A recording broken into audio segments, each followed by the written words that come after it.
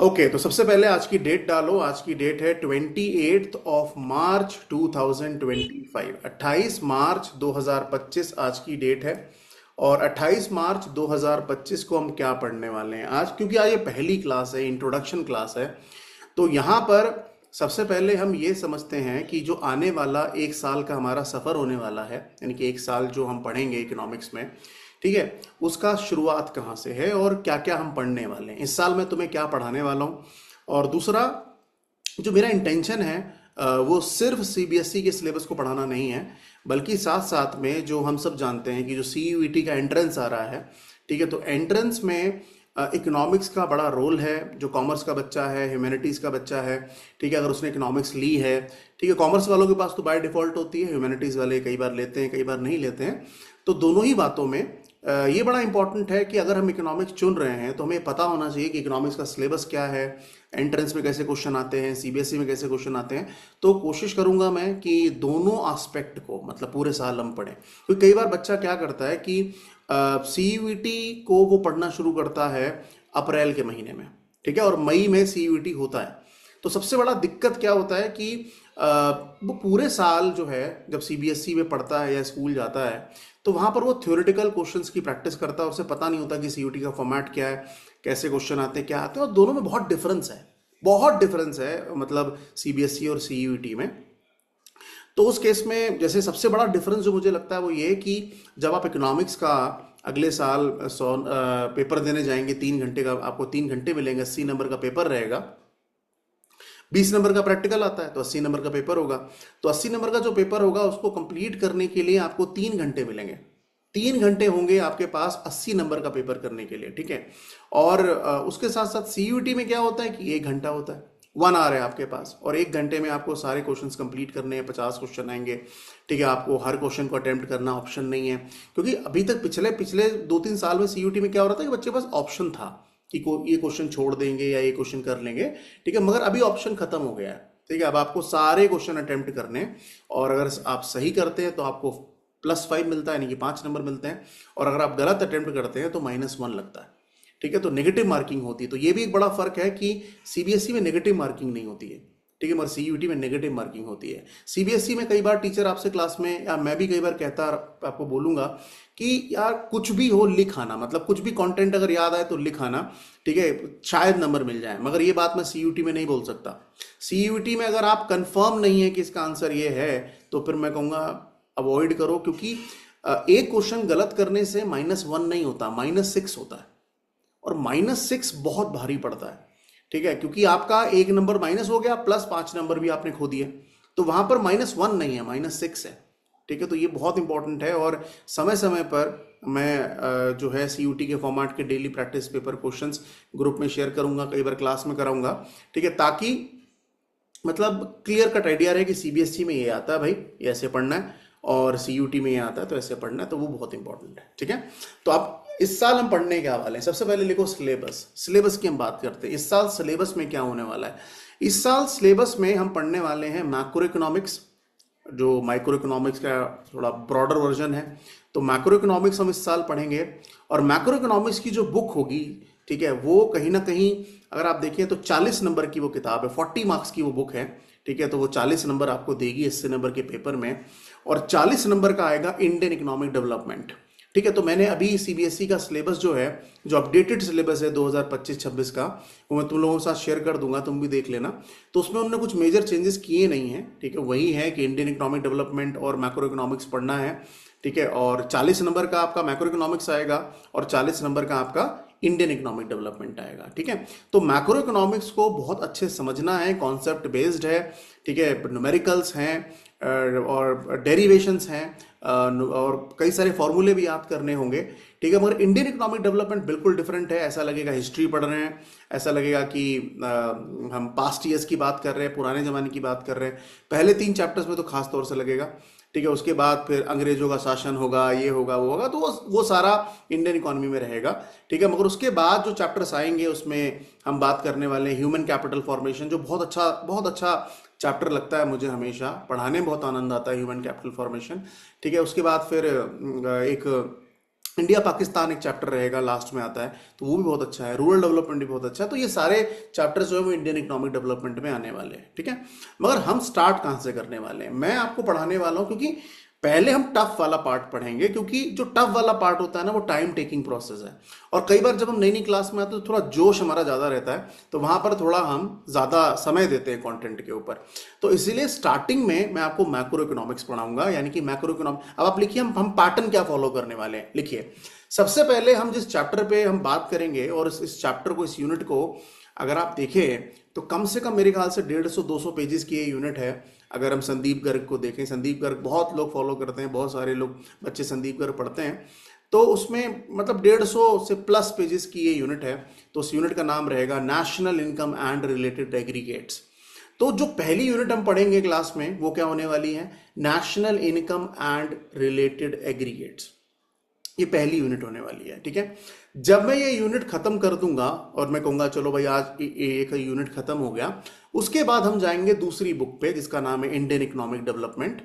उसमें मैं आपको उसके पहले 3 चैप्टर पढ़ाऊंगा।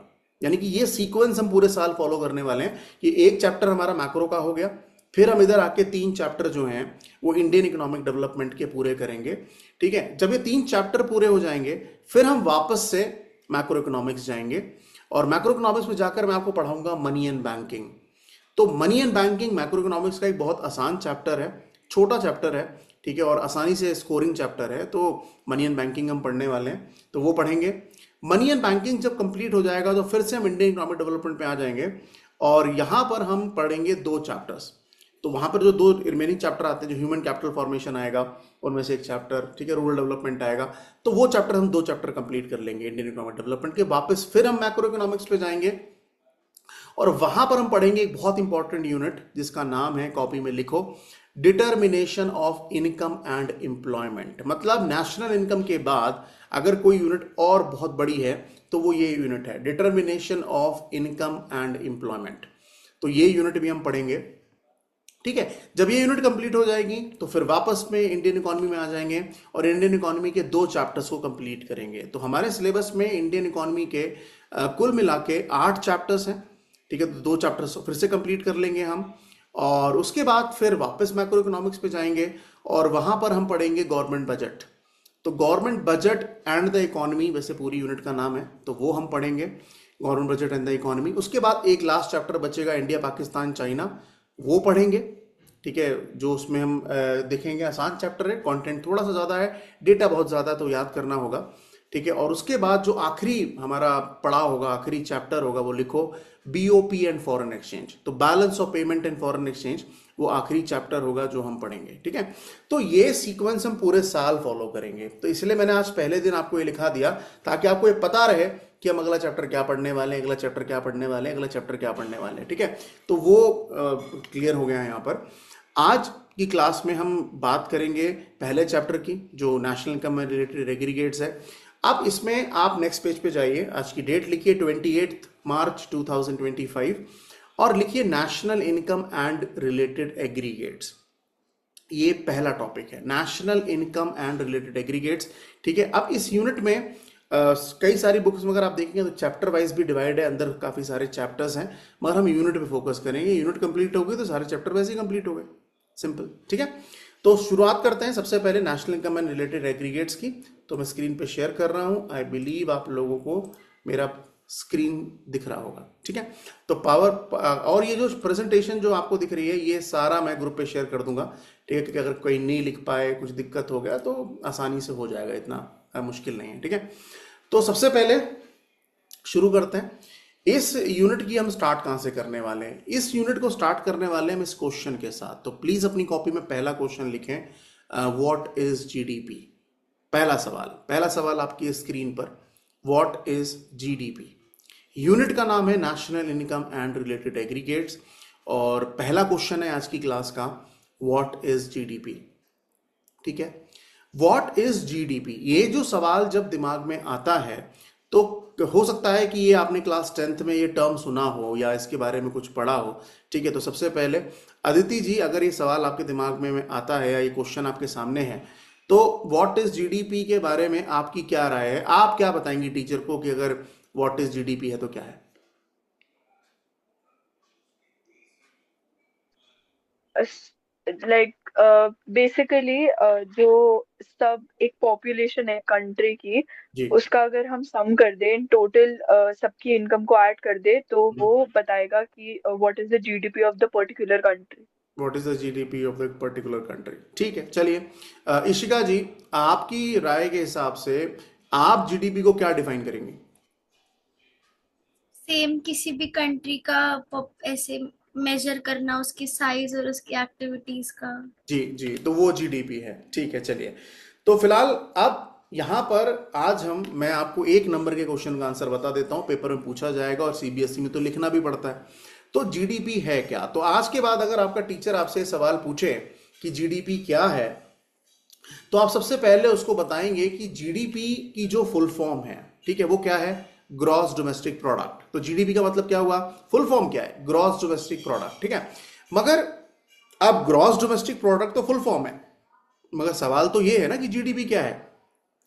तो आप ये बताएंगे उसको कि सर, ग्रॉस डोमेस्टिक प्रोडक्ट या GDP is the total market value of the final goods and services produced with in the domestic territorial limits of country during an accounting year.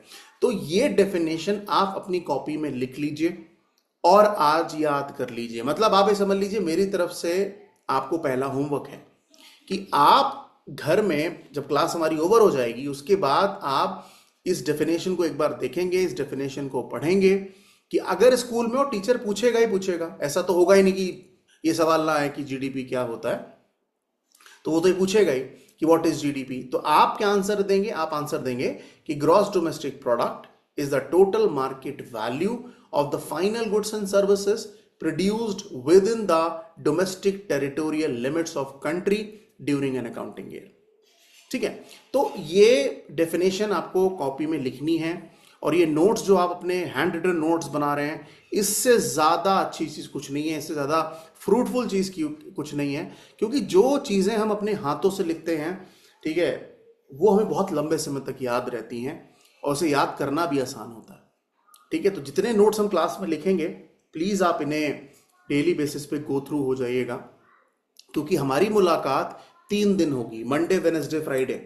तो तीनों दिन मैं अपनी शक्ल लेके आपके सामने 8 बजे आ जाऊंगा। ठीक है, तो हम यहाँ पर बात करेंगे Monday Wednesday Friday national income के बारे में सबसे पहले। ठीक है, तो ये डेफिनेशन आपको लिखना है। जब ये डेफिनेशन आप लिखेंगे, उसके बाद मैं आपको कुछ की टर्म्स बताऊंगा, ठीक है, जो आपको इस डेफिनेशन में अंडरलाइन करने हैं। ठीक है, तो सबसे पहला की टर्म क्या होगा? सबसे पहले आप इसमें कीवर्ड अंडरलाइन कर लीजिए, मार्केट वैल्यू। जीडीपी की डेफिनेशन में सबसे इंपॉर्टेंट अगर कोई कीवर्ड है जो आपको अंडरलाइन करना चाहिए, तो वो क्या है? Market value. ठीक है, दूसरा आएगा फाइनल गुड्स। तो जो दूसरा टर्म आएगा वो फाइनल गुड्स आएगा। ठीक है, जो तीसरा टर्म आएगा वो सर्विसेज आएगा। तो ये 3 टर्म्स आपको अंडरलाइन करना चाहिए, market value, final goods, services. ठीक है, उसके साथ साथ डोमेस्टिक, तो डोमेस्टिक को अंडरलाइन कर लीजिए। और लास्ट आएगा अकाउंटिंग ईयर। तो ये 5 टर्म्स आप अपनी इस डेफिनेशन में अंडरलाइन कर लीजिए। ठीक है, कि जीडीपी की डेफिनेशन में 5 टर्म्स हमें अंडरलाइन करनी है। कर लिया सभी ने? डेफिनेशन लिख लिया सभी ने? ठीक है, ओके, चलिए आगे बढ़ते हैं। अब ये जो 5 टर्म्स हैं, इन पांचों टर्म्स का मतलब क्या है, यही हमें समझना है। और आई बिलीव कि इन 5 टर्म्स को समझने में कम से कम 1 महीने के आसपास लगेगा। 1 महीना लगेगा हमें समझने में कि मार्केट वैल्यू क्या है, फाइनल गुड क्या है, सर्विसेज क्या है, डोमेस्टिक क्या है, अकाउंटिंग ईयर क्या है। तो ये डेफिनेशन बहुत इंपॉर्टेंट डेफिनेशन है और ये सारे की टर्म्स आपको अंडरलाइन करने हैं, ये बहुत इंपॉर्टेंट है। ठीक है, अब यहां पर एक चीज आपको और बताना चाहता हूं कि ये हमें की टर्म्स को या कीवर्ड्स को अंडरलाइन करना क्यों चाहिए। उसका रीजन क्या है? उसका रीजन ये है कि जब भी आप आंसर्स में जो आप आंसर लिखेंगे, डेफिनेशन आप लिखेंगे, अगर आप उसमें की टर्म्स को अंडरलाइन करेंगे ना, तो आप ये समझ लीजिए टीचर का ध्यान जो है ना, वो उसी पे जाएगा। समझ लो, मतलब जो तुमने कीवर्ड अंडरलाइन किया है उसी पे ध्यान जाएगा। और अगर वो कीवर्ड सही है तो इसके बहुत ज्यादा चांसेस हैं कि टीचर तुम्हें फुल मार्क्स दे दे। ठीक है, मतलब मार्क्स चुराने का एक तरीका होता है कि सर मैं यही चाहता हूं कि आप वही वर्ड देखें जो मैं आपको दिखाना चाहता हूं। ठीक है, तो कभी भी वो कीवर्ड आपको अंडरलाइन नहीं करना या वो स्टेटमेंट आपको अंडरलाइन नहीं करना जहां पर आप श्योर नहीं हो कि मैंने जो लिखा है वो सही है कि नहीं। ठीक है, मगर जहां पर आप श्योर हो कि मैंने जो डेफिनेशन लिखा है वो बिल्कुल सही लिखा है, ठीक है, तो वहां पर आपको अंडरलाइन करना चाहिए ताकि टीचर का ध्यान उस पर जाए। क्लियर? तो इसलिए यहां पर जीडीपी की डेफिनेशन में हमने कितने कीवर्ड्स को अंडरलाइन किया है? 5। Market value, final goods, services, domestic और अकाउंटिंग ईयर। ठीक है, तो 5 हो गया। क्लियर? तो आज हम इन 5 में से किसी एक को समझने की कोशिश करते हैं। क्लियर? चलो, तो सबसे पहले अपनी हेडिंग डालो अपनी कॉपी में। नया टॉपिक है classification of goods and services. बिल्कुल नया टॉपिक है और हम समझेंगे कि जो जीडीपी की डेफिनेशन हमने लिखी है एक्चुअली इस डेफिनेशन का मतलब क्या है। और मैं आने वाली क्लासेस में इन सभी 5 शब्दों का मतलब आपको समझाने वाला हूं कि ये एक्चुअली होते क्या है। ठीक है, तो हेडिंग है classification of goods and services. Done? चलिए, तो आप यहां पर ध्यान से सुनना, फिर मैं शेयर करूंगा तो उसके बाद पढ़ लेना, कॉपी में लिख लेना। अब यहां पर अगर आप जीडीपी की डेफिनेशन को एक बार दोबारा से देखें जो आपने कॉपी में लिखी है, क्या वहां पर हमने गुड्स को लिखा है? क्या गुड्स टर्म उस डेफिनेशन में आ रहा है? जी बिल्कुल आ रहा है, मगर साथ में फाइनल गुड आ रहा है। ठीक है, सर्विस आ रहा है। तो एक्चुअली गुड, सर्विस या फाइनल गुड का एक्चुअली मतलब क्या होता है, यही हमें समझना है। ठीक है, तो सबसे पहले बात करते हैं गुड क्या होता है। ठीक है, इशिका जी कहीं खो गई आप? ठीक है, सब ठीक है? ठीक है, वीडियो ऑन करने का फायदा क्या होता है, टीचर को दिखता रहता है कि बच्चा कर क्या रहा है। ठीक है, तो कहीं खो जाती है तो बीच बीच में बूढ़ा आदमी आपको जगा देगा। ठीक है, तो कहीं ना कहीं अब ये गुड क्या होता है, गुड का मतलब क्या है? देखिए, अगर आज के बाद आपका टीचर आपसे ये सवाल पूछे, जब आप स्कूल जाए और आपका टीचर आपसे सवाल पूछे कि गुड क्या है, तो आप उसको बोलेंगी कि दुनिया में हर वो चीज जिसको हम छू सकते हैं, जिसको हम देख सकते हैं, जिसको हम पकड़ सकते हैं और वो हमारी नीड और वांट को सैटिस्फाई करता है, वो गुड है। दुनिया की हर वो चीज जिसको हम छू सकते हैं, देख सकते हैं, पकड़ सकते हैं और वो हमारी नीड या वांट को सैटिस्फाई करता है, वो क्या है? गुड है। अब ऑब्वियस सी बात है, जब हम गुड खरीदेंगे तो प्राइस तो पे करना ही पड़ेगा। ठीक है, तो आप उसी चीज पे पैसा खर्चा करेंगे या उन्हीं चीजों पे पैसे खर्च करेंगे जो आपकी नीड या वांट को सैटिस्फाई कर रहे हैं, तो वो गुड होगा। अब जैसे फॉर एग्जांपल, अब जैसे आप दोनों के लिए अगर मैं कहूं तो ये चश्मा गुड नहीं है क्योंकि आपकी आंखें ठीक है, आप इसको क्यों खरीदोगे? ऑब्वियसली मेरे चश्मा गुड तो है ना, क्योंकि छू भी सकते हैं, देख भी सकते हैं, पकड़ भी सकते हैं, मगर वो मेरी नीड और वांट सैटिस्फाई कर रहा है, इसलिए मैं इस पे पैसा खर्च कर रहा हूं। आपकी जब आंखें ठीक है तो आप चश्मा क्यों खरीदेंगे? क्लियर? तो चश्मा गुड है। गुड का मतलब क्या हुआ? दुनिया, इंडिया नहीं बोल रहा हूं मैं यहां पर, मैं बोल रहा हूं दुनिया की हर वो चीज, ठीक है, जिसको आप छू सकते हैं, देख सकते हैं, पकड़ सकते हैं और वो आपकी नीड और वांट को सैटिस्फाई करने की ताकत रखती है, वो क्या है? गुड है। मगर हाँ, ये कॉमन अंडरस्टैंडिंग है कि प्राइस तो पे करना ही पड़ेगा। ठीक है, आगे बढ़ते हैं। अब सवाल ये है कि एक बार मैं किसी क्लास को सुन रहा था, ठीक है, वहां पर एक मतलब एक टीचर पढ़ा रहे थे, तो उन्होंने बड़ा अच्छा एग्जाम्पल दिया, क्योंकि अकाउंट्स में जो अकाउंट सब्जेक्ट है उसमें ना, मतलब ये टर्म को क्या बोलते हैं? छू सकते, देख सकते, पकड़ सकते हैं, इसको बोलते हैं फिजिकल या टैंजिबल। ठीक है, जैसे लेट सपोज अगर आपके सामने जो लैपटॉप है, आपका जो कंप्यूटर आप यूज कर रहे हो, ये भी क्या है? गुड है ना, क्योंकि आप ऐसे छू सकते हैं, देख सकते हैं, पकड़ सकते हैं और आपकी नीड और वांट को सैटिस्फाई कर रहा है, और मैं यकीन से कह सकता हूं कि फ्री में तो नहीं आया होगा। तो इसका मतलब वो गुड है। तो आपके ऊपर जो पंखा लगा है वो भी गुड है, जिस बेड पे आप बैठे हैं वो भी गुड है, जो तकिया है वो भी गुड है, जो कपड़े पहने हैं वो भी गुड है।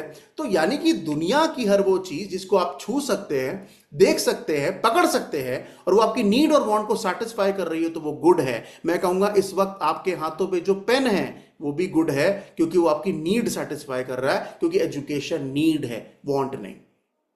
क्लियर? मगर ये बात बहुत कम बच्चों को समझ में आती है। ठीक है, कि एजुकेशन कितनी इंपॉर्टेंट है।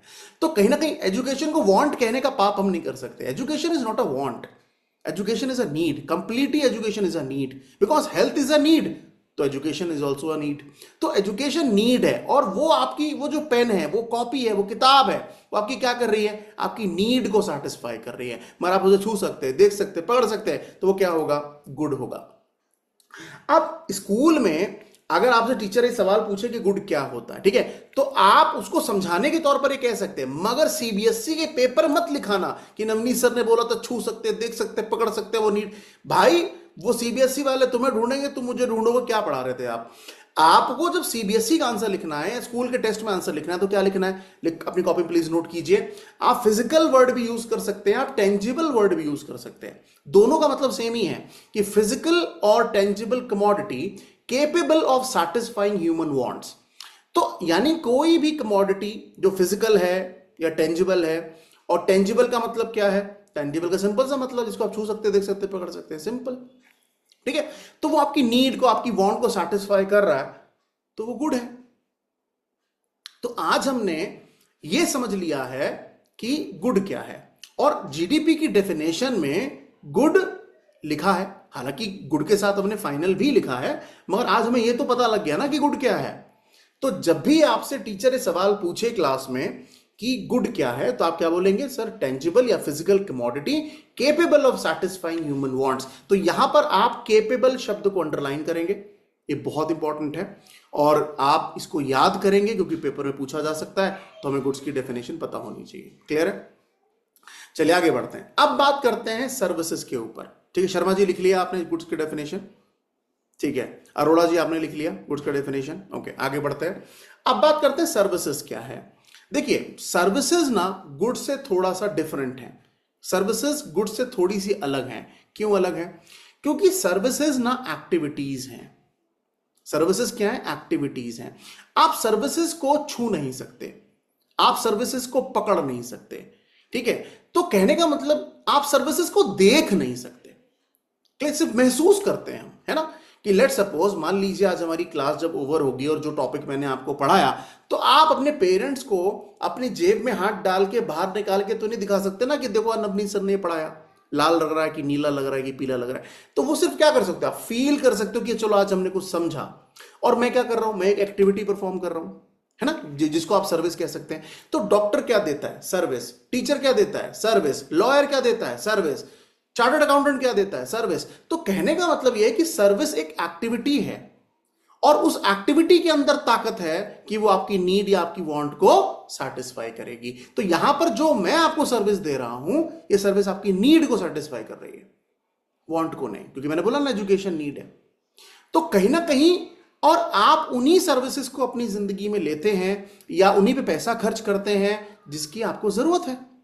अब लेट सपोज अगर आप दोनों के पास इकोनॉमिक्स नहीं होती, तो क्या मैं आपको सर्विस दे पाता? नहीं दे पाता, क्योंकि आपको उसकी जरूरत ही नहीं है।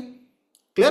तो इसका मतलब यह हुआ कि सर्विसेज वो एक्टिविटीज हैं जो लोग परफॉर्म करते हैं दूसरे के लिए, ताकि उनकी नीड या वांट सैटिस्फाई हो सके। तो अगर टीचर आपसे सवाल पूछेगा कि सर्विसेज क्या है, तो छू नहीं सकते, देख नहीं सकते, तो नॉन टेंजिबल हो गया ऑब्वियसली, ठीक है। तो सर्विसेज की डेफिनेशन क्या रहेगी? Services are activities which are non tangible. तो यहां पर अंडरलाइन करना है लिखते वक्त, नॉन टेंजिबल एक्टिविटीज को भी अंडरलाइन करेंगे, यानी कि वो ह्यूमन की नीड्स को, ह्यूमन की वांट को जरूर सेटिस्फाई करेंगी, उनके अंदर ताकत है, केपेबल है कि वो आपकी नीड या आपकी वांट को सेटिस्फाई करे, मगर क्या है, एक्टिविटी है और नॉन टेंजिबल है।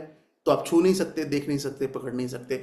तो यहां पर गुड्स की डेफिनेशन थोड़ी सी डिफरेंट हो जाएगी और सर्विसेज की डेफिनेशन थोड़ी सी डिफरेंट हो जाएगी, मगर ये दोनों डेफिनेशन आपको अगली क्लास तक याद होनी चाहिए। क्योंकि अगर आप याद नहीं करेंगे तो जैसे जैसे मैं आगे बढ़ाता जाऊंगा, कंटेंट इतना ज्यादा है।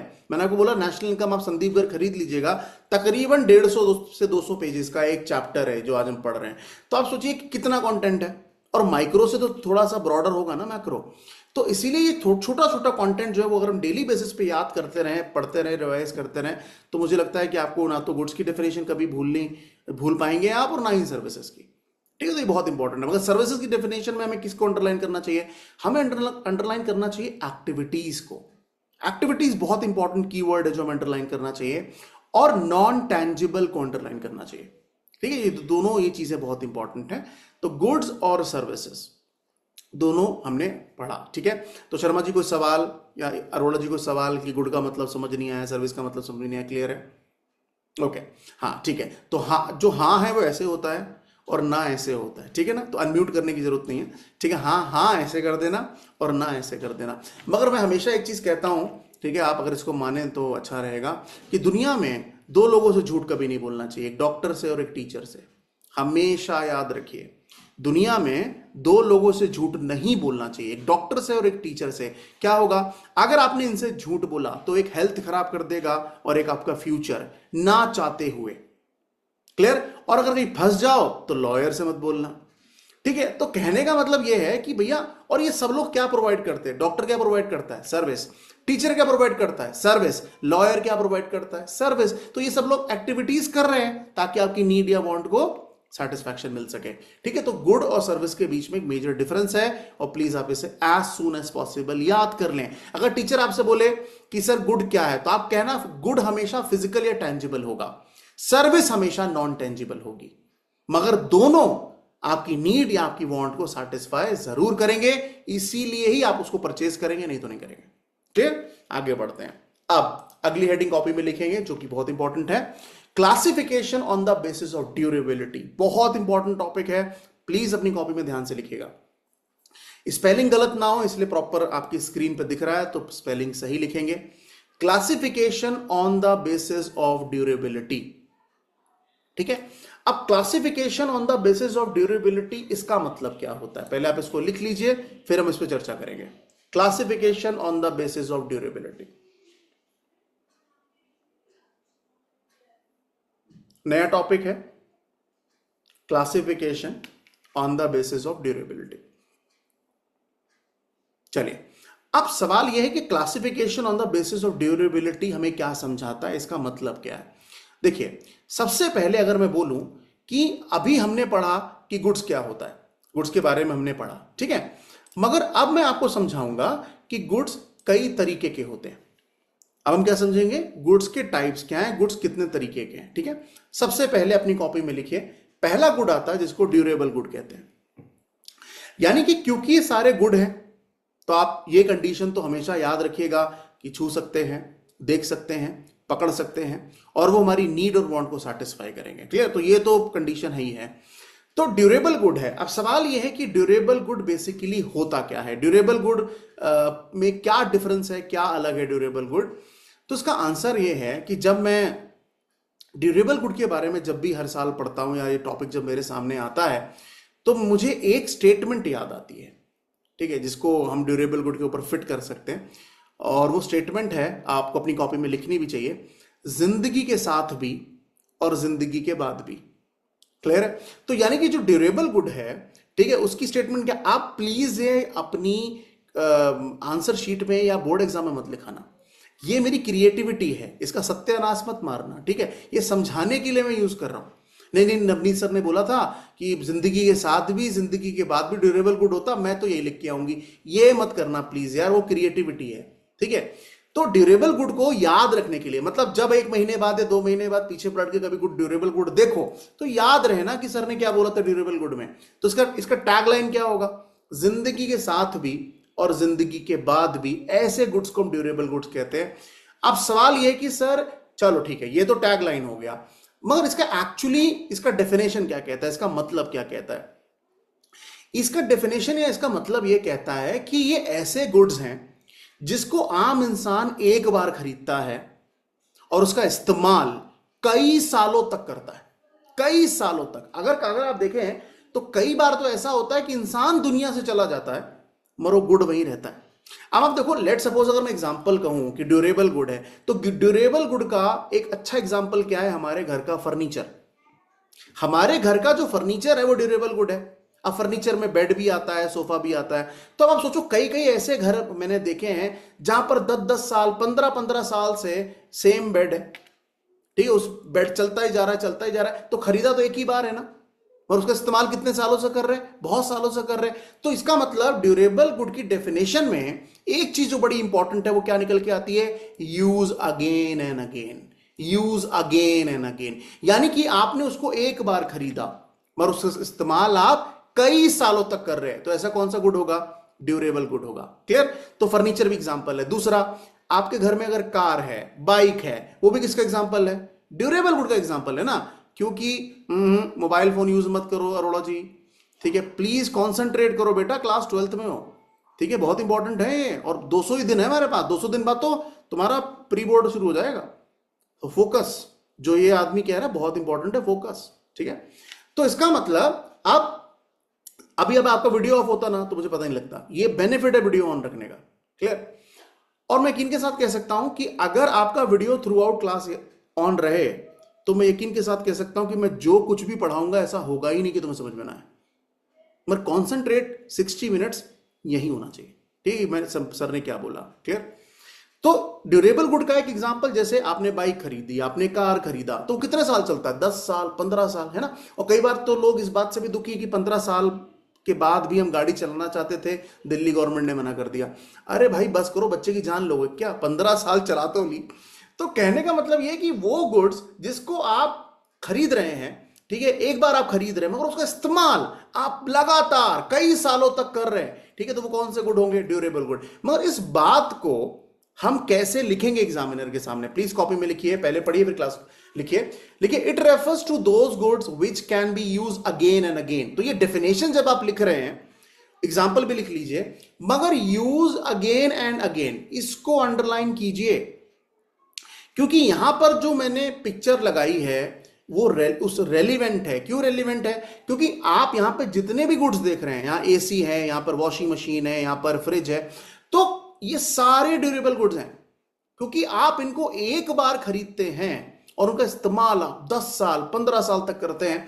तो ऐसे गुड्स को हम कौन सी कैटेगरी में डालेंगे, ड्यूरेबल गुड की कैटेगरी में डालेंगे। और ये बहुत इंपॉर्टेंट है, क्योंकि ये जितने भी कंटेंट हम पढ़ रहे हैं ये आगे चल के न्यूमेरिकल्स का रूप ले लेंगे, ठीक। और वहां पर हमें ये याद होना चाहिए, ये समझ में आना चाहिए कि ड्यूरेबल गुड सर ने क्या पढ़ाया था, ड्यूरेबल गुड का मतलब क्या है, ठीक है। तो इसीलिए जो डेफिनेशन है, अगर आपका टीचर आपसे ये पूछता है कि गुड क्या है, तो आप उसे गुड तो जरूर बताएं, मगर उसको ये भी बताएं कि सर गुड में कैटेगरी आती है जिसको ड्यूरेबल गुड कहते हैं, और मैं आपको बताती हूं कि ड्यूरेबल गुड का मतलब क्या होता है।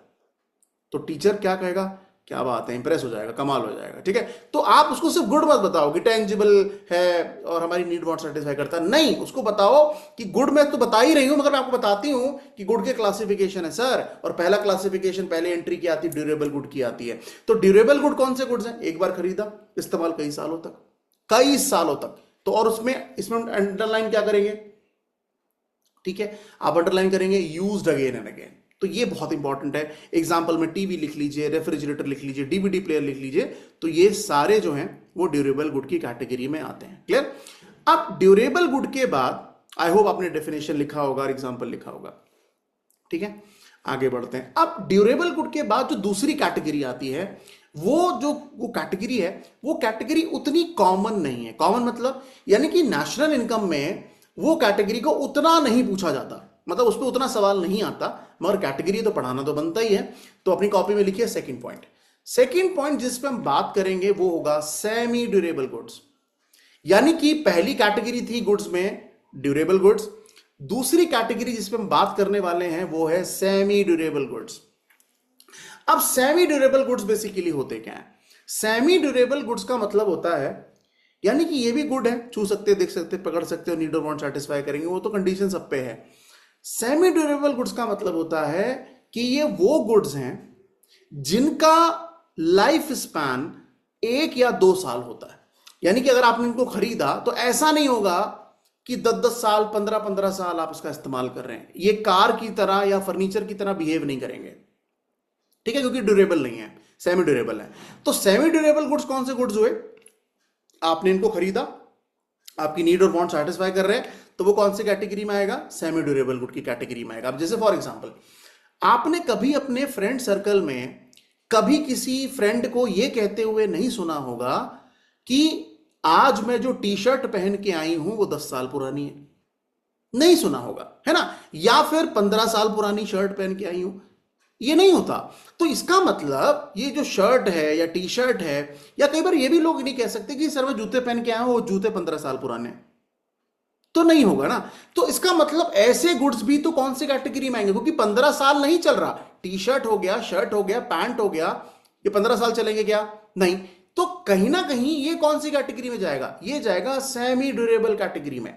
जिनका लाइफ स्पैन कितना है, 1 साल 2 साल। अगर आपने इनको ठीक से चलाया तो थोड़ा स्ट्रेच और हो सकता है, मगर वो कहते हैं ना, वो क्वालिटी नहीं रहेगा, वो कंफर्ट नहीं रहेगा, वो कलर नहीं रहेगा। तो कहीं ना कहीं सेमी ड्यूरेबल गुड्स वो गुड्स होते हैं जिनका लाइफ, आप इन्हें खरीदते हैं मगर इनका लाइफ स्पैन जो है, किताब तो कहती है कि 1 ही साल रहता है, किताब तो यही कहती है, मगर मुझे ऐसा लगता है कि अगर आप इसको सही से यूटिलाइज करें, सही से इसका यूज करें, तो उनका लाइफ स्पैन हम 2 साल 3 साल तो निकाल ही सकते हैं। तो अगर टीचर आपसे पूछे गुड्स क्या है और सेमी ड्यूरेबल गुड्स क्या है, तो क्या लिखेंगे, प्लीज अपनी कॉपी में नोट कीजिए, goods which can be used for a limited period of time. तो यहां पर क्या होगा, लिमिटेड पीरियड को अंडरलाइन करो भाई, लिमिटेड पीरियड है, बहुत लंबा समय नहीं होगा। यहां पर तो 1 साल ही लिखा है, life span of around 1 year, but मुझे ऐसा लगता है कि 1 ईयर से ज्यादा भी चल सकते हैं, क्रॉकरी आइटम भी चल सकते हैं, शूज और टी शर्ट्स भी चल सकते हैं। तो ये सारी सेमी ड्यूरेबल गुड की कैटेगरी है, मगर लाइफ स्पैन 1 साल है, मगर यहां पर हम 2 या 3 साल तक भी जा सकते हैं, मगर ये इनकी लाइफ उतना नहीं होगा जितना आपका ड्यूरेबल गुड का होगा। ठीक है, तो ये थोड़ा सा डिफरेंस यहां देखने को मिलता है कि सेमी ड्यूरेबल गुड्स क्या है। तो कॉपी में लिखिए और लिमिटेड पीरियड को अंडरलाइन कीजिए, ये बहुत इंपॉर्टेंट है।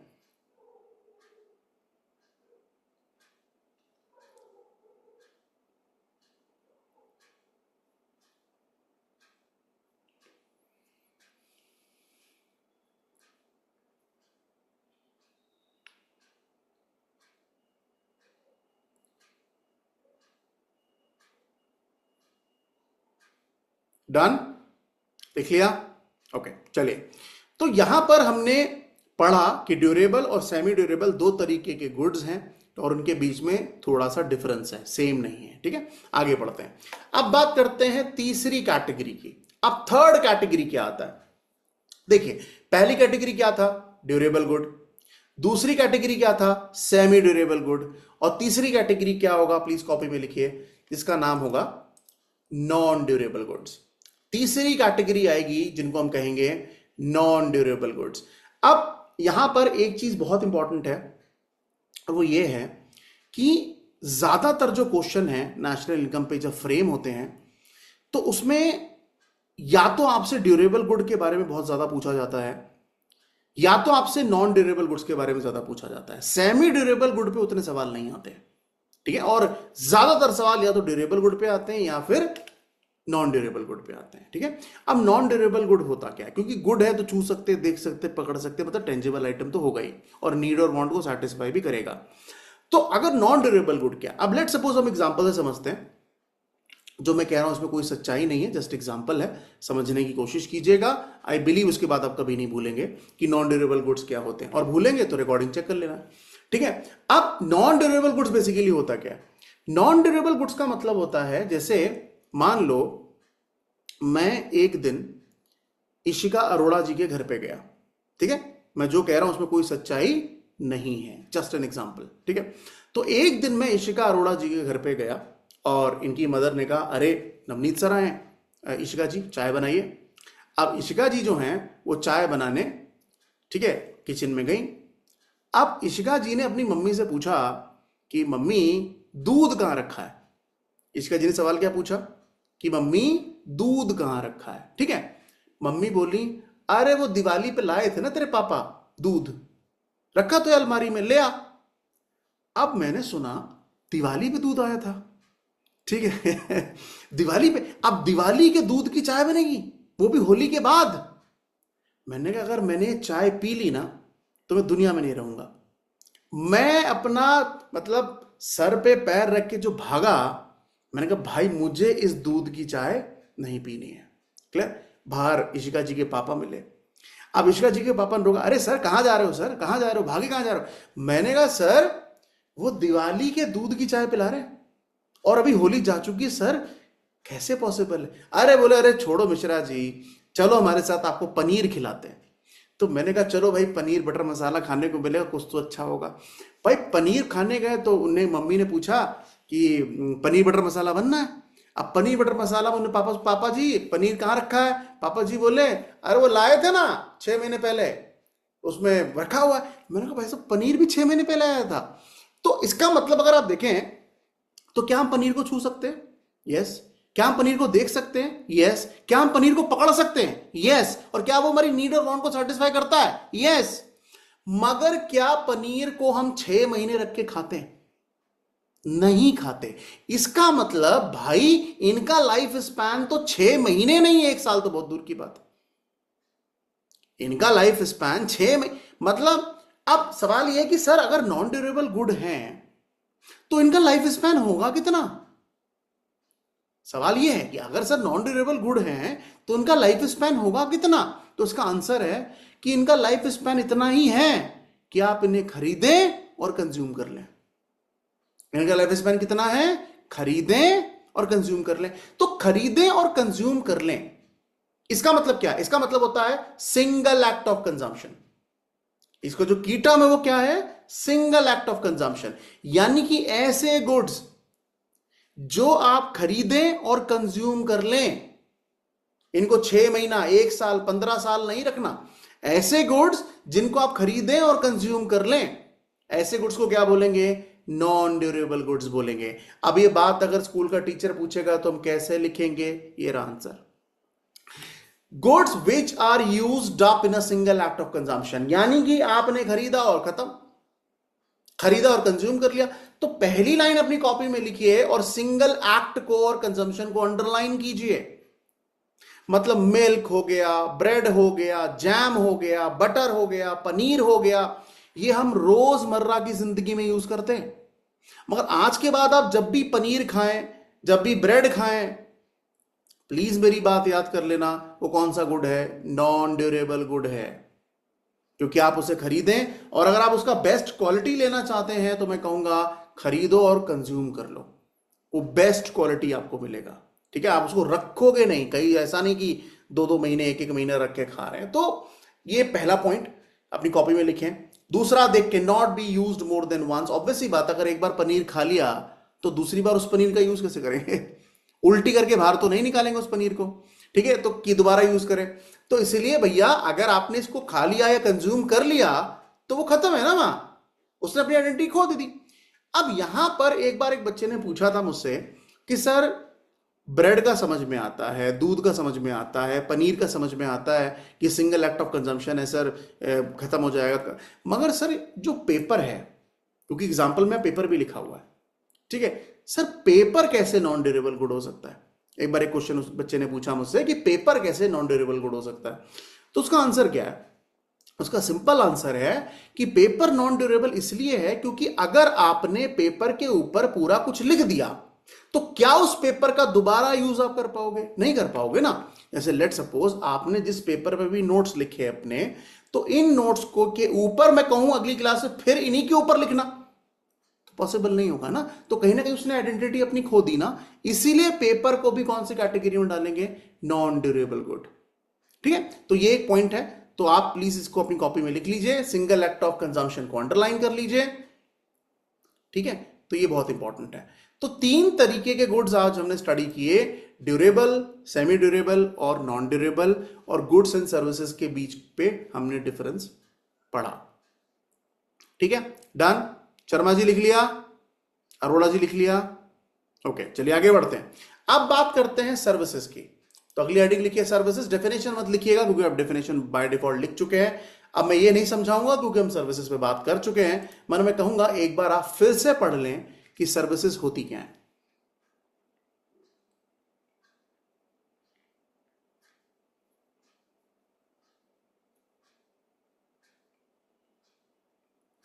डन। उसमें से एक सर्विस आप इस वक्त ले रहे हैं। ठीक है, तो सर्विसेज क्या है? एक्टिविटीज हैं जो लोग परफॉर्म करते हैं और जिसकी वजह से आपकी या तो नीड या तो वांट सेटिस्फाई होती है। क्लियर? तो ये 4 कैटेगरी हैं, 3 गुड्स की कैटेगरी और सर्विस में कोई कैटेगरी ऐसा सच नहीं है। तो सर्विस इज सर्विस। आगे बढ़ते हैं। अगला पॉइंट अपनी कॉपी में लिखिए, डबल स्टार लगाओ, बहुत इंपॉर्टेंट है, पेपर में आना चाहिए, बिल्कुल आएगा। ठीक है, और आपका अगर नेशनल इनकम का टेस्ट होगा ना स्कूल में, तो ये सवाल आपका टीचर आपसे जरूर पूछेगा। और वो सवाल क्या है? वो सवाल है एंड यूज क्लासिफिकेशन। वो टॉपिक का नाम है एंड यूज क्लासिफिकेशन। यानी कि एंड यूज क्लासिफिकेशन जो टॉपिक है, इसमें हम समझेंगे कि सर गुड्स तो पढ़ लिया, गुड्स के क्लासिफिकेशन पढ़ लिए, ड्यूरेबल है, सेमी ड्यूरेबल है, नॉन ड्यूरेबल है, मगर यहां पर हम यह समझने की कोशिश करेंगे कि फाइनल गुड और इंटरमीडिएट गुड में क्या फर्क है। ये हम समझने की कोशिश करेंगे, जो कि बहुत इंपॉर्टेंट है कि फाइनल गुड और इंटरमीडिएट गुड के बीच में क्या फर्क है। क्लियर? अब यहां पर आपने जो दो टर्म्स लिखे हैं, फाइनल गुड और इंटरमीडिएट गुड, अब इन दोनों टर्म्स को अगर आप ध्यान से देखें तो एक टर्म आपकी जीडीपी की डेफिनेशन में लिखा है। चेक कीजिए, जो मैंने आज आपको जीडीपी की डेफिनेशन लिखाई है वहां पर क्या इंटरमीडिएट गुड लिखा है? नहीं लिखा है। वहां पर इंटरमीडिएट गुड नहीं लिखा है, वहां कौन सा गुड लिखा है? फाइनल गुड लिखा है। तो यानी कि अब यहां पर हमें यह समझना होगा कि अभी तक हमने जीडीपी की डेफिनेशन पे, अगर आप जीडीपी की डेफिनेशन को ध्यान से देखें तो हमने जीडीपी की डेफिनेशन में कौन से गुड्स को मेंशन किया है? फाइनल को किया है ना, फाइनल को। तो फाइनल को अगर हमने किया है, मगर इंटरमीडिएट की कहीं भी एंट्री नहीं है पूरी स्टेटमेंट में। अगर आप जीडीपी की डेफिनेशन लिखें तो उसमें कहीं भी आप, और ध्यान से पढ़ें भी जो आपने लिखी है, तो उसमें कहीं आपको दिखाई नहीं देगा कि मैंने आपसे कहा है कि आप इंटरमीडिएट गुड को जगह दो। आपने जीडीपी की डेफिनेशन में फाइनल गुड को जगह दी है और वो आएगा, ठीक है, मगर इंटरमीडिएट गुड की जगह कहीं भी नहीं है। ठीक है शर्मा जी, नाखून खाना खराब बात है। ठीक है, तो आगे बढ़ते हैं। अब यहां पर यह फायदा है वीडियो ऑन रखने का। ठीक है, तो कहने का मतलब यह है कि अगर इंटरमीडिएट गुड की हमने कहीं पर भी जगह नहीं है दी है जीडीपी की डेफिनेशन में, मगर फाइनल को दी है, तो आज हमें यह समझना बहुत जरूरी है कि इंटरमीडिएट और फाइनल गुड के बीच में फर्क क्या होता है। ठीक है, अब फर्क को समझाने से पहले आप व्हाट्सएप की लैंग्वेज में ना एक स्टेटमेंट लिखो, और बिल्कुल वैसे ही लिखना जैसे आप अपने फ्रेंड को व्हाट्सएप पे टेक्स्ट करते हो। ठीक है, और वो क्या होगा, लिखो। सबसे पहले हेडिंग डालो, नवनीत सर का एडिशनल ज्ञान। ये हेडिंग डालो ठीक है, नवनीत सर का एडिशनल ज्ञान। अब ये एडिशनल ज्ञान क्या है? ठीक है, ये जो एडिशनल ज्ञान है ना, ये बीच बीच में आता रहेगा क्लासेस में। क्यों? क्योंकि जब तुम ये एडिशनल ज्ञान पढ़ोगे तो तुम्हें समझ में आएगा, अच्छा ये मैंने ये लिखा था, अभी मैं ये गलती क्यों कर रही हूं, ये मुझे नहीं करना चाहिए था। ठीक है, तो एडिशनल ज्ञान क्या है? लिखो एडिशनल ज्ञान नंबर 1, पहला पॉइंट है, जैसे बोल रहा हूं वैसे ही लिखना। ठीक है, लिखो, जो भी गुड्स इंटरमीडिएट होते हैं ऐसे ही लिखना। ठीक है, जो भी गुड्स इंटरमीडिएट होते हैं, जो भी गुड्स इंटरमीडिएट होते हैं वो नेशनल इनकम में इंक्लूड नहीं होते हैं। जो भी गुड्स इंटरमीडिएट होते हैं कॉमा, वो नेशनल इनकम में इंक्लूड नहीं होते हैं। क्लियर है पहली स्टेटमेंट? मैं दोबारा रिपीट कर देता हूं, जो भी गुड्स इंटरमीडिएट होते हैं वो नेशनल इनकम में इंक्लूड नहीं होते हैं। ये पहला स्टेटमेंट है। दूसरा स्टेटमेंट लिखो, दूसरा स्टेटमेंट लिखो, जो भी गुड्स फाइनल होते हैं, जो भी गुड्स फाइनल होते हैं वो नेशनल इनकम में इंक्लूड होते हैं। जो भी गुड्स फाइनल होते हैं, जो भी गुड्स फाइनल होते हैं वो नेशनल इनकम में इंक्लूड होते हैं। क्लियर? तो अभी अगर मान लो, अगर तुम ये दोनों स्टेटमेंट पढ़ो और अगर मैं आपसे सवाल पूछूं, ठीक है, तो हां कैसे करना है, हां ऐसे करना है। ठीक है, ना कैसे करना है, ना ऐसे करना है। ठीक है, तो अगर मैं आपसे सवाल पूछूं ये दोनों स्टेटमेंट में, अगर टीचर ये पूछता है कि इंटरमीडिएट गुड नेशनल इनकम में इंक्लूड होते हैं या नहीं होते, तो आंसर क्या होगा? नहीं होते हैं। इंटरमीडिएट गुड कौन से होते हैं? जो नेशनल इनकम में इंक्लूड नहीं होते हैं। ठीक है, मगर ठीक है, अब बात करते हैं फाइनल गुड की। अगर टीचर पूछता है बताइए फाइनल गुड नेशनल इनकम में इंक्लूड होते कि नहीं होते हैं? यस, होते हैं। यानी कि जो गुड्स फाइनल होंगे वो नेशनल इनकम में इंक्लूड होंगे ही होंगे, मगर जो इंटरमीडिएट होंगे वो इंक्लूड नहीं होंगे। समझ में आया? एक बार फिर से रिपीट कर रहा हूं, जो भी गुड्स फाइनल होंगे, अगर आपने टीचर को बोल दिया कि सर ये गुड फाइनल है, तो वो नेशनल इनकम में इंक्लूड होगा। टीचर ही क्या मानेगा? तुम्हारे स्कूल का टीचर भी यही मानेगा, और जो बोर्ड में तुम्हारी कॉपी चेक कर रहा होगा वो भी यही मानेगा कि अगर तुमने ये कह दिया कि सर गुड फाइनल है, तो वो नेशनल इनकम में इंक्लूड होगा। अगर तुमने कहा गुड इंटरमीडिएट है, तो वो नेशनल इनकम में इंक्लूड नहीं होगा। इंटरमीडिएट है, नहीं होगा। फाइनल है, होगा। ठीक है। अब अगर ऐसा है तो सबसे पहले एक सवाल दिमाग में आता है कि सर ये आइडेंटिफाई कैसे करें? क्वेश्चन ये भी तो है कि सर आपने ये तो लिखा दिया, आपने ये तो ज्ञान दे दिया कि सर इंटरमीडिएट नहीं होगा, फाइनल होगा, मगर सर ये आइडेंटिफाई कैसे करेंगे कि इंटरमीडिएट गुड हो क्या है, फाइनल गुड क्या है? ठीक है। तो उस केस में अपनी कॉपी में लिखो, सबसे पहले आज हम बात करेंगे, लिखो इंटरमीडिएट गुड्स। यानी कि मैं आपको यहां पर समझाने की कोशिश कर रहा हूं कि इंटरमीडिएट गुड को कैसे पहचानेंगे, इंटरमीडिएट गुड का मतलब क्या है। ठीक है। तो स्क्रीन पे शेयर कर रहा हूं, स्पेलिंग गलत मत लिखना। ठीक है। तो यहां पर टॉपिक का नाम है इंड्यूस क्लासिफिकेशन, इंटरमीडिएट गुड और फाइनल गुड, ये दोनों पॉइंट है, मगर हम पहली चर्चा क्या करने वाले हैं, कॉपी में लिखो इंटरमीडिएट गुड। यानी कि आज मैं आपको ये एक्सप्लेन करने वाला हूं, ये बताने वाला हूं कि हम कैसे आइडेंटिफाई करेंगे कि इंटरमीडिएट गुड क्या होता है। ठीक है। अब अपनी कॉपी में प्लीज लिख लीजिए, intermediate goods are those goods which are, यानी कि यहां पर कुछ सर्टेन कंडीशंस हैं, जिन कंडीशंस को अगर आप फॉलो करते हैं, ठीक है, तो फिर आपको ये आसानी से समझ में आ जाएगा कि यार ये गुड इंटरमीडिएट है और इसको नेशनल इनकम में इंक्लूड नहीं करेंगे। ठीक है। तो टीचर अगर बोलता है इंटरमीडिएट गुड कैसे पहचानोगे, क्या रीजन है, क्या फीचर्स हैं उसके, है ना, उसका आंसर क्या है? जब मैं इंटरमीडिएट गुड को पढ़ रहा था, ठीक है, या जब मैं इस टॉपिक को पढ़ता हूं, तो मुझे इतने साल हो गए इन सब चीज़ों के साथ डील करते हुए, तो मैं सोचता हूं कि कई बार मैं खुद ही पढ़ा पढ़ा के बोर हो जाता हूं कि एक ही चीज़ को बार बार कैसे उसको इंटरेस्टिंग और बेहतर बनाया जाए। तो मैंने इंटरमीडिएट गुड के बारे में ना एक स्टेटमेंट इजाद की है, ठीक है, एक शायरी इजाद की है इंटरमीडिएट गुड के बारे में। और वो शायरी क्या बात है, शर्मा जी ने क्या बात भी कर दिया। ठीक है। शायरी क्या होगा? शायरी होगा कि तुझे बनाने के खातिर हम तबाह हो गए। वाह वाह वाह वाह, क्या शायरी है। तुझे बनाने के खातिर हम तबाह हो गए। अब सवाल यह है, तुझे बनाने के खातिर हम तबाह हो गए, ये शायरी का कॉन्सेप्ट इंटरमीडिएट गुड में, मैं यकीन के साथ कह सकता हूं, प्लीज आप अपने स्कूल के आंसर शीट में मत लिख देना, नहीं तो पीटीएम में तुम्हारे माँ बाप को बुला के खूब पीटा जाएगा तुम्हें। ठीक है। ये मत लिखना, ये नवनीत सर की क्रिएटिविटी है, बस समझने की कोशिश करो, गहराइयों की बात करो।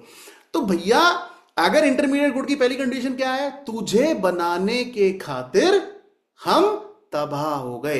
अब सवाल यह कि सर ये तबाह हो गए कैसे एप्लीकेबल होगा? मान लो अगर मैं कंपनी का नाम लेते हैं, कंपनी का नाम है हल्दीराम। ठीक है। अब हल्दीराम ने दूध खरीदा, हल्दीराम ने दूध खरीदा। अब हल्दीराम का काम दूध बेचना है क्या? नहीं, दूध बेचना तो नहीं है हल्दीराम का काम। हल्दीराम क्या करेगा? दूध का इस्तेमाल करके मिठाई बनाएगा, यही करेगा ना। दूध खरीदा और दूध का इस्तेमाल करके क्या करेगा? मिठाई बनाएगा।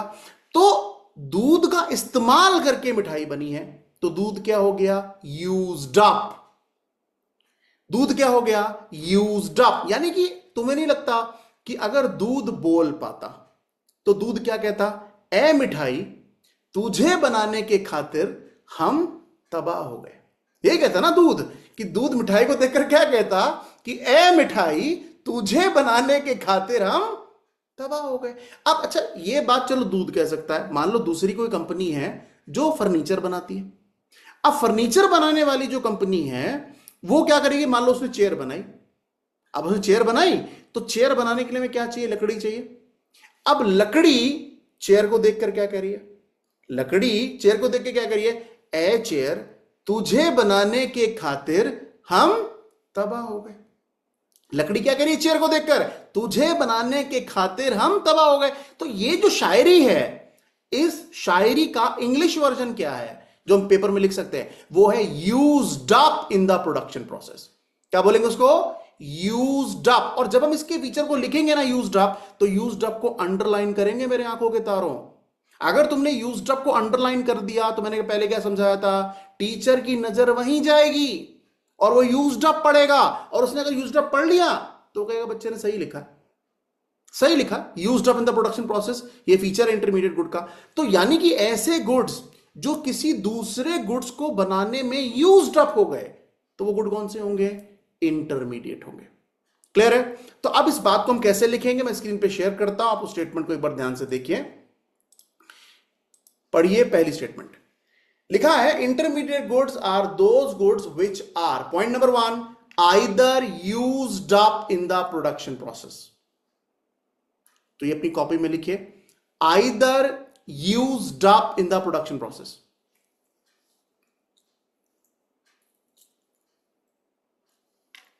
Either used up in the production process. यहां पर यूज्ड अप को अंडरलाइन करेंगे, यहां पर यूज्ड अप को अंडरलाइन करेंगे।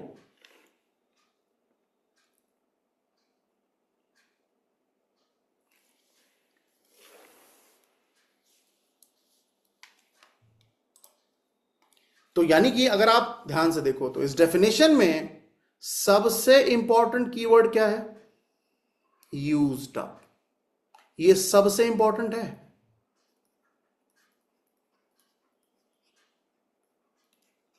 मेरी राइटिंग से प्लीज इंप्रेस मत होना, मैं बहुत बेहतरीन लिखता हूं, मैं जानता हूं, रोने मत लगना सर इतना सुंदर आप कैसे लिख लेते हो, ठीक है? तो ठीक है, तो कहने का मतलब ये यूज्ड अप, यूज्ड अप इसमें सबसे इंपॉर्टेंट कंपोनेंट है, ये जो कीवर्ड है, प्लीज आप इसे लिखें। आगे बढ़ते हैं। अब सर यूज्ड अप समझ में आ गया कि तुझे बनाने की खातिर हम तबाह हो गए, तो वो यूज्ड अप लग गया, इंटरमीडिएट गुड है, नेशनल इनकम इंक्लूड नहीं होगा। मगर इसके अलावा भी कुछ होता है सर, बिल्कुल होता है। इसके अलावा सेकंड कैटेगरी क्या है? इसके अलावा सेकंड कैटेगरी आता है जिसमें हम बात करेंगे, मगर पहले क्रिएटिविटी, उसके बाद समझाएंगे क्रिएटिविटी क्या कहती है। क्रिएटिविटी कहती है पहला यूज्ड अप हो गया, दूसरा क्या होगा? दूसरा है जैसे उसका शायरी क्या होगा, वो शायरी कुछ ऐसा है जैसे एक बार मैं एक टाइम पर नोएडा में क्लासेस लेता था, तो एक कंपनी हुआ करती थी स्टडी मेट करके, तो वहाँ सेंटर होता था, तो मैं नोएडा से द्वारका ट्रैवल करता था, तो गाड़ी में गाना चलता रहता था। तो अब ये रेडियो में कई बार जो है रोमांटिक गाने आते हैं, तो वहाँ पर कुछ ऐसा गाना आ रहा था जिस गाने का मतलब ये था कि जैसे कि मतलब धोखा दे दिया टाइप या फ्रॉड कर दिया टाइप, ऐसा कुछ खाने का मतलब था। तो उस गाने की वर्डिंग को सुन के मैंने एक स्टेटमेंट क्रिएट की कि तुम्हें सनम बनाया ही है बेवफाई करने के लिए। वाह वाह वाह वाह, ठीक है, तुम्हें सनम बनाया ही है बेवफाई करने के लिए। अब ये पॉइंट क्या हुआ, ये तो इसका कोई रेलेवेंस तो इंटरमीडिएट के साथ नहीं है, बिल्कुल है। क्या हम यहां क्या लगाएंगे, हम यहां बोलेंगे तुम्हें खरीदा ही है बेचने के लिए। क्या बोलेंगे? तुम्हें खरीदा ही है बेचने के लिए। तो इसका मतलब इंटेंशन क्या लग रही है, बेचने की। इंटेंशन क्या लग रही है भाई, अपने पास रखने के लिए रखा है क्या? नहीं। क्या करने को कर रहा है? बेचने को बात कर रहे हैं, सेल करने को बात कर रहे हैं। इसका मतलब ऐसे गुड्स भी इंटरमीडिएट गुड होते हैं जो कोई व्यक्ति खरीदता है मगर उस इंटेंशन के साथ खरीदता है कि आज तो खरीद रहा हूं, कल बेच दूंगा। एक अकाउंटिंग ईयर में 1 अप्रैल से 31 मार्च के बीच में अगर जब भी मौका मिलेगा खरीद इसी ले रहा हूं क्योंकि उसको बेच दूंगा, तो बेच देने में क्या लगेगा? रीसेल लगेगा। इसका मतलब अगर इंटेंशन रीसेल लग गया तो वो कौन सा गुड होगा? इंटरमीडिएट गुड होगा। तो कभी भी ना ये दोनों कंडीशन एक साथ नहीं लगेंगी, याद रखना। या तो यूज्ड अप लगेगा या तो इंटेंशन फॉर रीसेल लगेगा, दोनों एक साथ कभी नहीं लगेंगी। अब लेट सपोज अगर मान लो एक मोबाइल शॉप है, चलो मैं तुम्हें फोटो दिखाता हूं तो और अच्छे समझ पाओगे। मान लो इसका फीचर क्या कहता है। अगर हम इस फीचर की बात करें तो पहला फीचर अपनी कॉपी में लिखिए प्लीज। पहला है either used up in the production process, तो यहां पर यूज्ड अप को अंडरलाइन करना है। दूसरा फीचर आएगा or for resale in the same year, तो यहां पर क्या इंपॉर्टेंट है? रीसेल। रीसेल को अंडरलाइन करो, यानी कि या तो यूज्ड अप लग जाए या तो रीसेल लग जाए, या तो यूज्ड अप लग जाए या तो रीसेल लग जाए। तो अगर या तो यूज्ड अप लग जाए तो भी इंटरमीडिएट है, रीसेल लग जाए तो भी इंटरमीडिएट है। क्लियर? तो अब आप यहां पे ध्यान से देखो, ये Samsung, Sony Ericsson, Nokia, iPhone, ये जो नाम हम पढ़ पा रहे हैं, ये नाम देखकर क्या लग रहा है? किस चीज की शॉप है? मोबाइल की ना। ऑब्वियसली मोबाइल की शॉप है। अब जो लेफ्ट हैंड साइड में टी शर्ट पहने हैंडसम आदमी दिख रहा होगा आपको, ठीक है, वो आदमी, इसने इतने सारे मोबाइल फोन खरीदे हैं, क्या अपने लिए खरीदे हैं? नहीं। ऑब्वियसली बात है, अपने लिए खरीदे नहीं ना। तो इसका मतलब इसने जितने मोबाइल फोन अपने शॉप पे रखे हैं खरीद कर, ये कौन से गुड हो गए? इंटरमीडिएट। क्यों? इंटेंशन क्या लग रहा है? रीसेल। भाई आदमी मोबाइल फोन एक ही तो यूज कर सकता है, 50 कैसे करेगा? तो इसका मतलब इसने जो शॉप खोली, शॉप में जितना भी सामान लेके आया, आइटम्स लेके आया, वो सारे कौन से गुड हैं? इंटरमीडिएट हैं। क्योंकि इस पे कौन सा इंटेंशन लग रहा है? रीसेल लग रहा है। क्लियर? तो यानी कि या तो यूज्ड अप लग जाए तो भी गुड इंटरमीडिएट हो जाएगा, और या फिर रीसेल लग जाए तो भी गुड इंटरमीडिएट हो जाएगा। इसका मतलब, और एक स्टेटमेंट नोट डाल के लिखो, अगर एग्जामिनर ये वर्ड इस्तेमाल करे कि एज अ रॉ मटेरियल, अगर पेपर में रॉ मटेरियल शब्द आ जाए तो वो बाय डिफॉल्ट इंटरमीडिएट हो जाता है, और उसे नेशनल इनकम में कभी मत लेना, कभी इंक्लूड मत करना। ये स्टेटमेंट लिखो और रॉ मटेरियल को अंडरलाइन करो। यानी कि कोयला हो गया, लकड़ी हो गई, ये सब क्या है? रॉ मटेरियल है। तो रॉ मटेरियल तो बाय डिफॉल्ट इंटरमीडिएट होते हैं, क्योंकि उन पे यूज्ड अप का कॉन्सेप्ट लगता है। क्लियर? तो वो अगर रॉ मटेरियल लिखा है तो सीधा बोलना, मैम या सर, रॉ मटेरियल को हम इंटरमीडिएट गुड मानेंगे क्योंकि they are used up in the production process. ठीक है, तो वो हो जाएगा। तो कॉपी में लिखो as raw materials used for further production. ये डेफिनेशन अपनी कॉपी में लिखो और अंडरलाइन करो रॉ मटेरियल।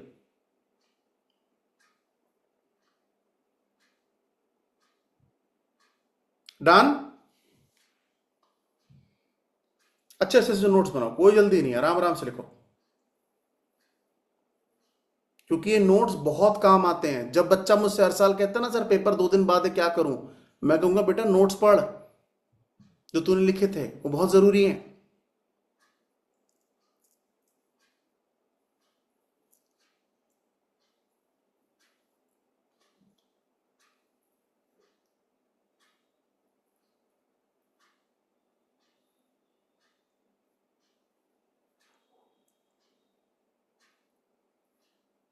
डन? आगे बढ़े, चलो नेक्स्ट। अब यहां पर इसको पढ़ना है, लिखना नहीं है, सिर्फ पढ़ो।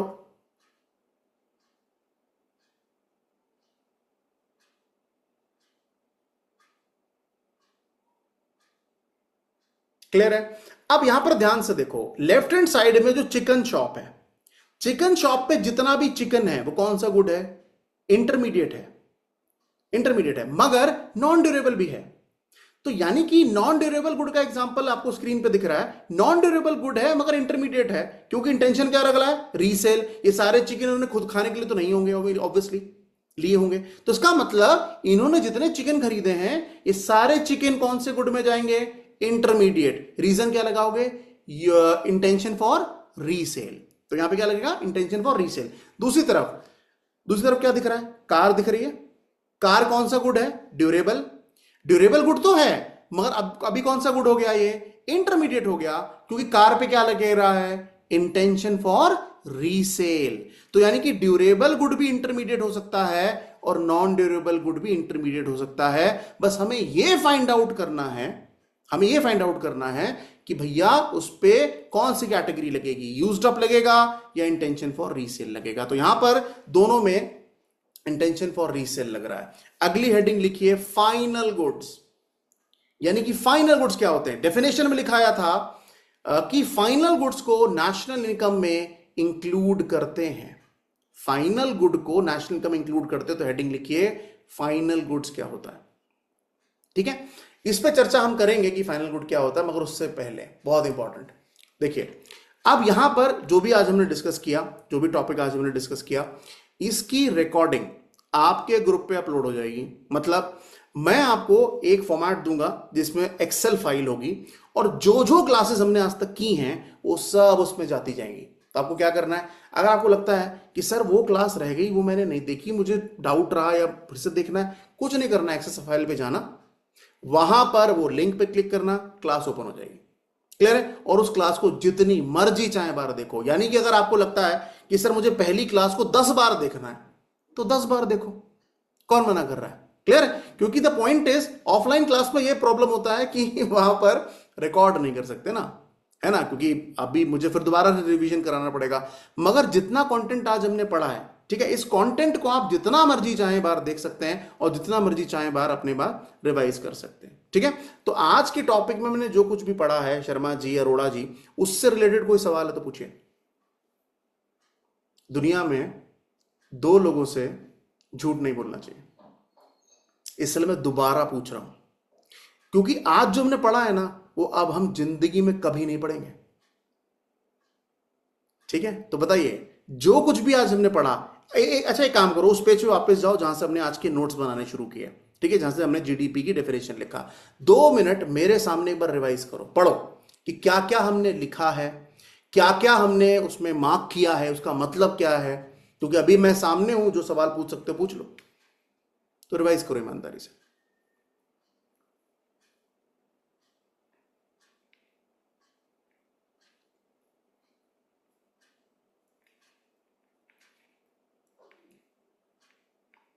कुछ भी ऐसा नहीं होना चाहिए इसमें डाउट है।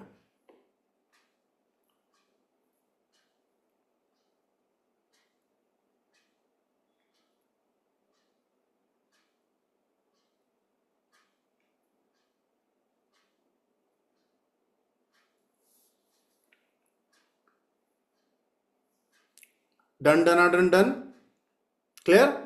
चलो, तो अगली क्लास हमारी सीधा कब होगी? मंडे को 8 बजे, ठीक है। तो मंडे को 8 बजे हमारी क्लास होगी, तो वहां से हम कंटिन्यू करेंगे कि फाइनल गुड्स का मतलब क्या होता है, ठीक है। और उसके बाद फिर कुछ क्वेश्चन आंसर राउंड होगा, यानी कि कुछ सवाल मैं आपसे पूछूंगा, जिससे मुझे यह आइडिया लगेगा कि आपने उस कंटेंट को कितनी ईमानदारी से पढ़ा है, ठीक है।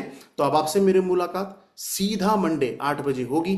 तब तक के लिए शुभ रात्रि, शब्बा खैर, अल्लाह हाफिज, ऊपर वाला आपको स्वस्थ रखे। Thank you, bye, good night and do take care of yourself. Thank you so much, bye bye.